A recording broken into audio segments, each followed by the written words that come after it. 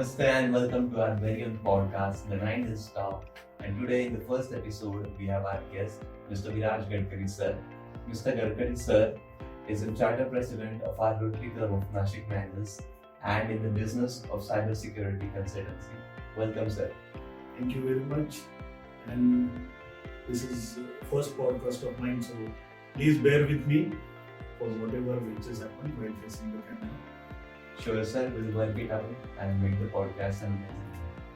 So, starting with first, we would like to know who is Mr. Viraj Gadkari sir, apart from the Rotary, apart from the business.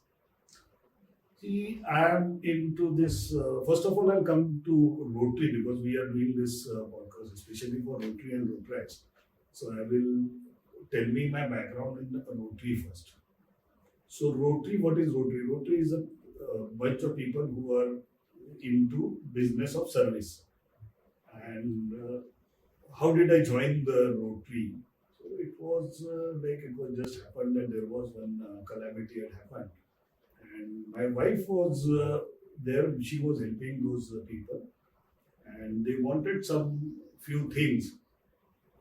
And while doing that, she said to me that in such kind of calamities, there are need of undergarments. Because people do give various kinds of garments, other items and all those things, but the shortage of undergarment is what people face. And hence we went there and we bought some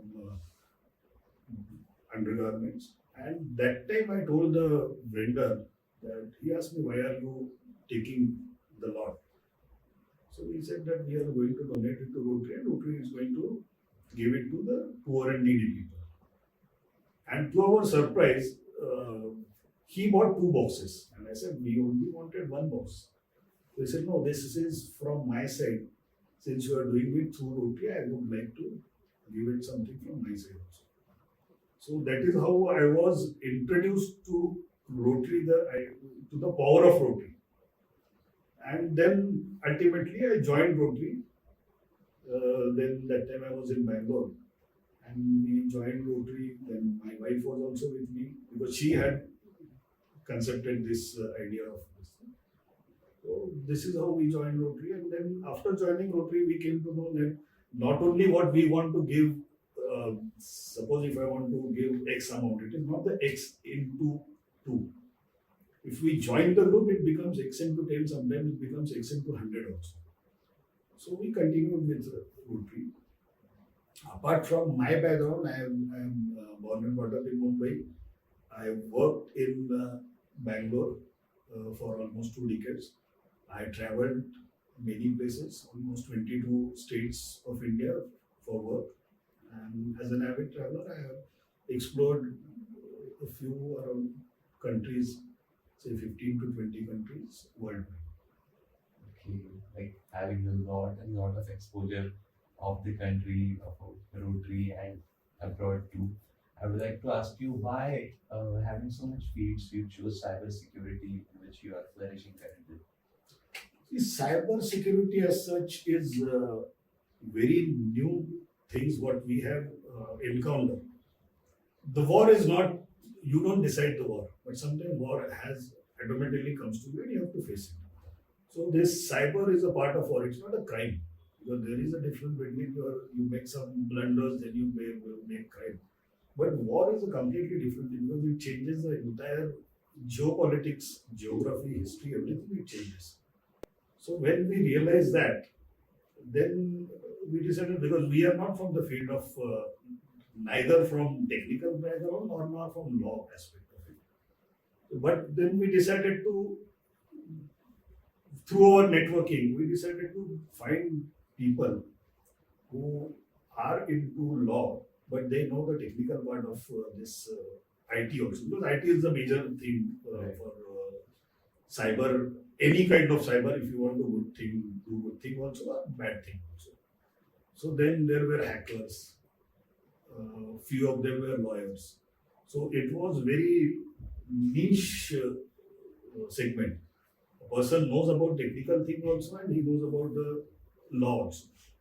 So now in our business we are there, we have a bunch of people who are technically very sound in IT industry. They have worked in IT industry, and apart from that, they have done their graduation in law also. So there are very few, but yes, certainly there are people, and they are really expert in this, and they can bring the culprits, book the culprits, and send him to jail. So I thought that it is required, it is needed. It's a sort of service also, and obviously, as a businessman, I would always look at it as a business purpose. Okay. So, like, you actually are picking something which is very rare in the country or in the world, having a person from both domains, like who knows both domains, that is IT and law. So, what were your challenges finding such people and then bringing them on the same platform, working for you or working with you, rather, I would say? See, finding people was challenging. Bringing them together was not a challenge because it was like, see, in our Indian culture or in Sanskrit, we say Samaveshaneshu Sakham. Have you heard about this nomenclature? Sir, what I can like remember out of it is like-minded people come together. They automatically come because if you have, and you and me have some similar kind of likings, we will obviously gel together. We will have some points of topics also, wherein we can fulfill our brains also. So in that way, we did not find them to bring them together. Right now, currently there are 15 to 20 people are there with us who are very, very well versed with cyber laws.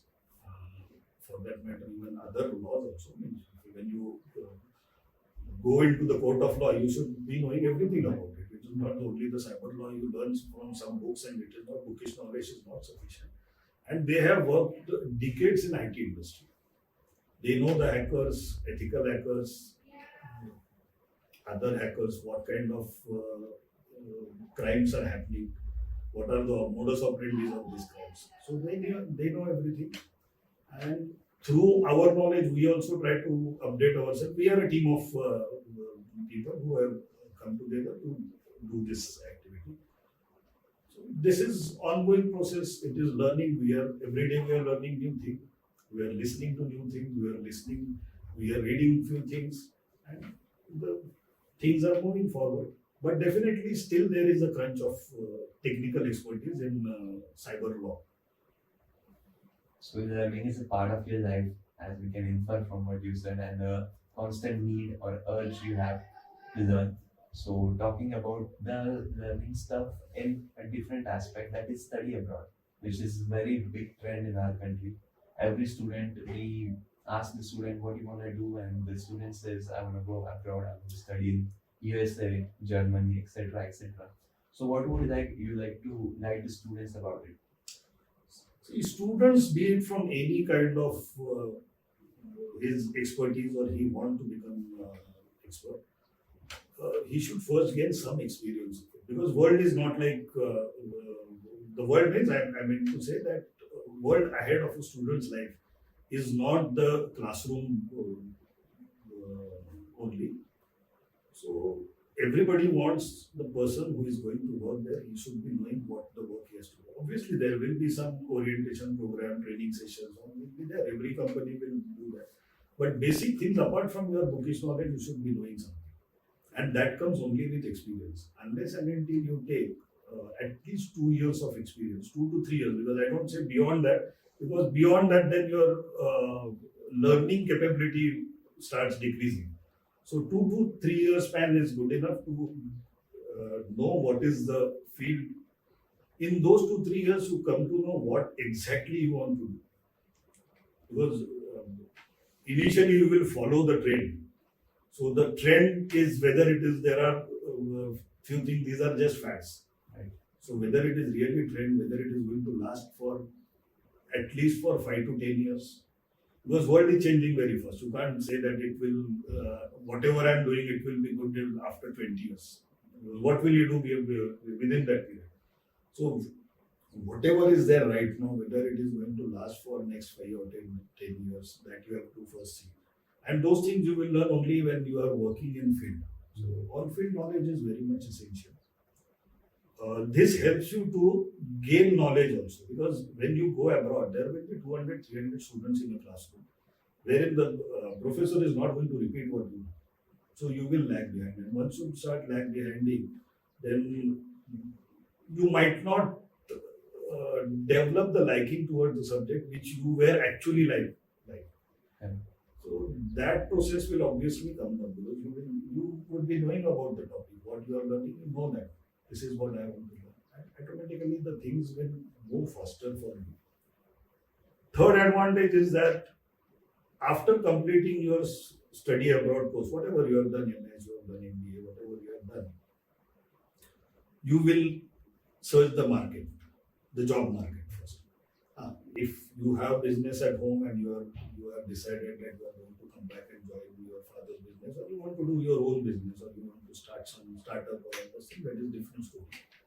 But in this kind of thing, generally the employee will see whether you are experienced or not. So suddenly, with having it, means 300 students are coming from your own batch, there will be 30,000, 300,000 or 3 million, you don't know. Standing out of the crowd. You will have to stand out the crowd, and that only will tell at the time of interview also, and at the time while writing your resume also, that you have some experience. So my advice to these students will be always that take at least 2 to 3 years experience and then venture out. If you are going to venture out, if you have to study masters in India, doesn't make much of a difference. You can continue your studies, you can do masters, and then you can do whatever you want to do. Sir, talking about, you said about the recruitment process in kind of a way that the person has to stand out.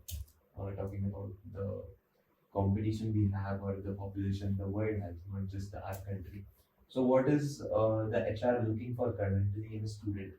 Say general points of a student who wants hiring but comes from any background. See, the first thing any HR would see is, the word is very small but very near. You know what is near? Yeah. So it reflects in your eyes. So your intentions, they see it first. So if your intention, they see that, okay, he wants to just join our, and he wants to take a tag of my company and then wants to jump, or he just, whether he has come only to gain some experience, or whether he has come because he has no place in other companies, that is why he has come in there, just to use it, me as a stepping stone, so that they come to you. So whenever you should be mentally prepared that I am going here because I have something to gain out. Not only the money, means money is obviously, money will come. If you have intentions right, money will automatically follow. That is not, because everyone says, all successful people say that money will flow. It doesn't mean that it automatically flows. But your intentions are clear, those are the things, first thing they do. Then they go through your resume, then they go through your experience, then the interview part comes. Your technical knowledge is you will say that it has been assessed by someone. Nowadays, mostly it is assessed by AI. Yeah. So whatever your resume is there, it should be AI readable. So if you are applying for some particular position, in your resume, those kind of words or sentences should reflect that AI will understand. Only if AI goes through your resume and then it sends to the human process. So first thing is that you have to learn how the AI is going to read my resume for this particular job. So your resume should not be a single resume. For every job, every company, it should be different. And there will be small changes. Looking at the position, looking at the expectation from the company, you have to tweak that. That should be enough to get into your first job. And once you get your first job, there is no need to listen from any other person other than yourself. You will automatically flow with experience and everything. Means you will know where the world is moving, what should I be doing, where I should be going, what are my short-term goals, mid-term goals, long-term goals. Obviously, you will flow with the system. Nobody can tell you what you want to do. And don't ever listen also to those people. Everyone, please note it. What sir is saying that your experiences matter a lot, and we can see sir has a lot of experience about traveling about the world, not just our country as you mentioned, but even you have traveled world. So there will be a rapid fire round we'll be taking about it. So I will be saying the question, whatever. World is too large. World is. I have traveled. I can say. I am an avid traveler, so I have traveled. I have traveled solo. I have traveled with my family. I have traveled with groups. Wherever I feel comfortable, I have traveled. Okay. But the world is not. I have not traveled worldwide. World is too big for a single person to venture out. Sir, we are mostly focusing about the experiences we have. Whatever each person travels to various places, but it is what the person takes out of the place. So any city which you want to visit again or which has been a fabulous experience for you. Mumbai. Because see, cities I have traveled. I have lived in Mumbai. I am not saying that I am biased towards that. After giving a thought about it, Mumbai is the city which knows what you are. It is hardly bothered about who you are. So you can't tell someone that, oh, I'm this one, I have done this thing and this thing. I said, okay, fine. Good to know that. What do you do? So this is the completely different approach. And my friend of mine, he told me that this similar thing goes only in New York. I have not visited New York, so I can't talk about New York. But these are the places, cities you want to say. So where your knowledge, your expertise, your art, your talent, which is given opportunities. So these are the cities of opportunities. Why we call it the city of opportunities? Because of they give opportunity rather than looking at you, who are you? So that is professionally, it's a best city.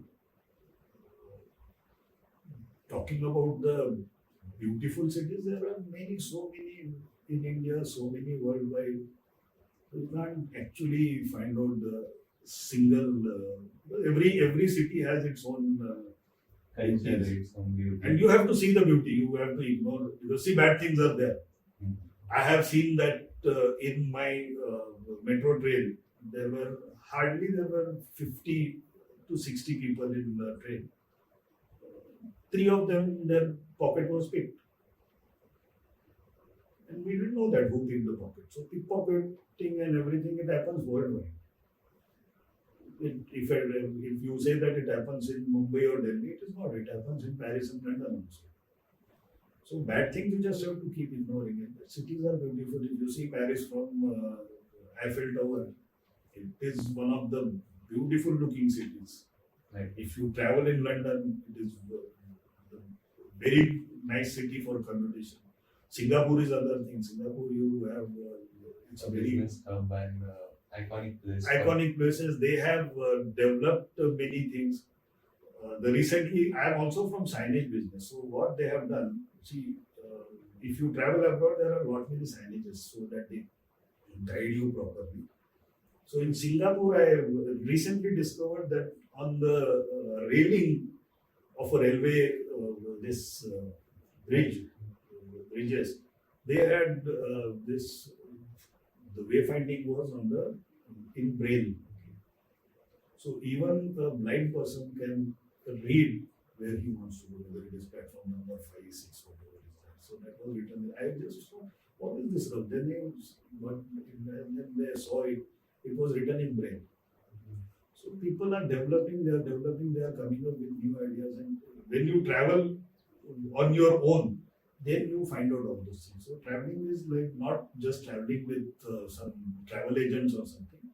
You have to travel on your own. So then you get the good experiences, bad experiences. So talking about experience and how you have lived your life. So what do you think about the young generation? As most of our viewers are from teenagers or you can say young generation, which lies about 18 to 30. And what would be your advice to them as in growing up advice or what you can say teenage advice? See, teenage advice means what I would like to say. There will be some rebellion within you. Keep that as it is. The only thing is that control it. So controlled rebellion is the thing which the world has seen the best of the results. So all the people, successful people, are they are rebelling in their own nature. So keep that rebel in your heart alive, but ultimately your brain will take you forward. So keep reading, keep watching. Don't fall to narratives. So that is the most important thing, because right now, if you have, all of you would have seen that there is a narrative on WhatsApp, that WhatsApp University. Correct.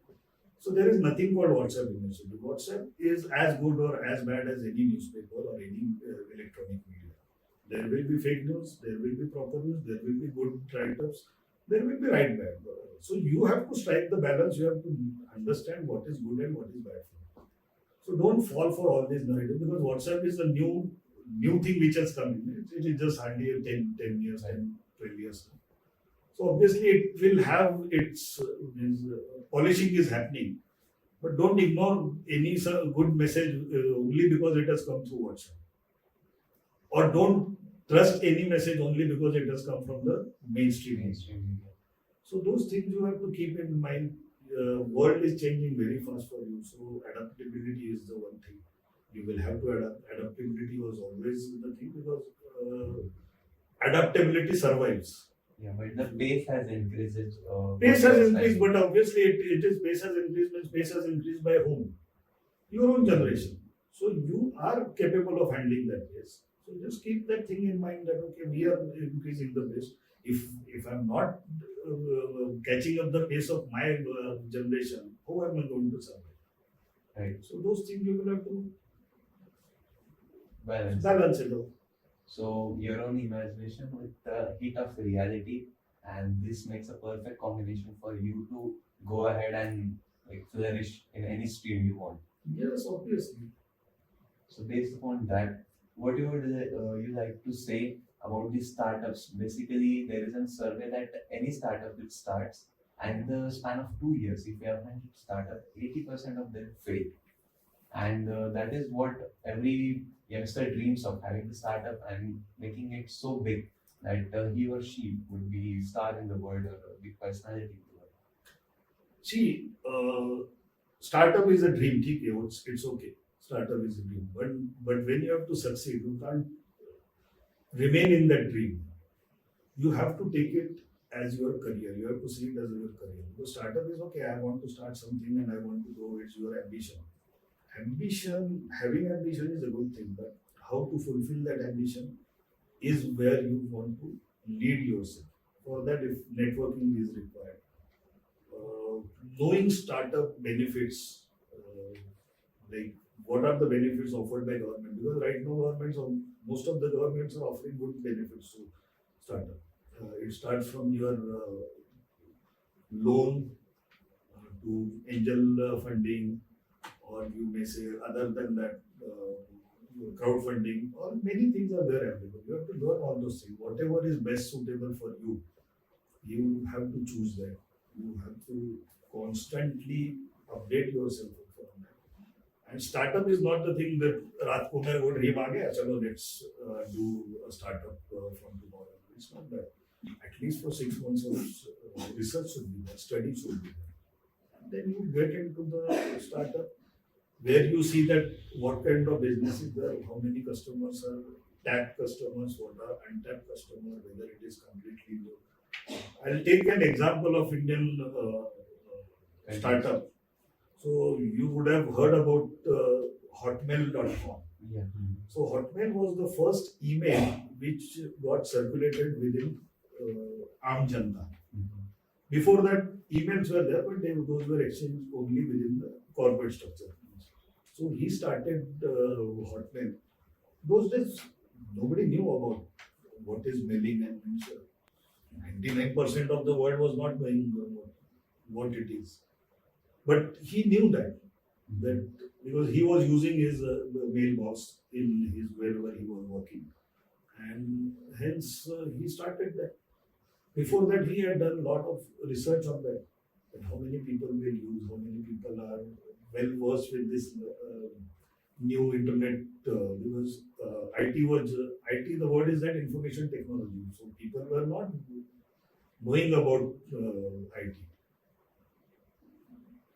He succeeded, and he succeeded, did not succeed in 2 months or 3 months. It took years for him, and then he became a name, and then he grew up his company. Right now, even now, there are people who are using Hotmail email ID. Now, Gmail and Google has taken over because of their size and all other things.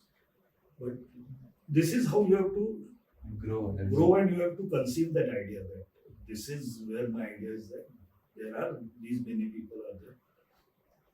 Hotmail was free from the beginning, so he did not think about the money what people will give. He knew that money will automatically come. So, like working hard and having patience with planning and research is what kind of.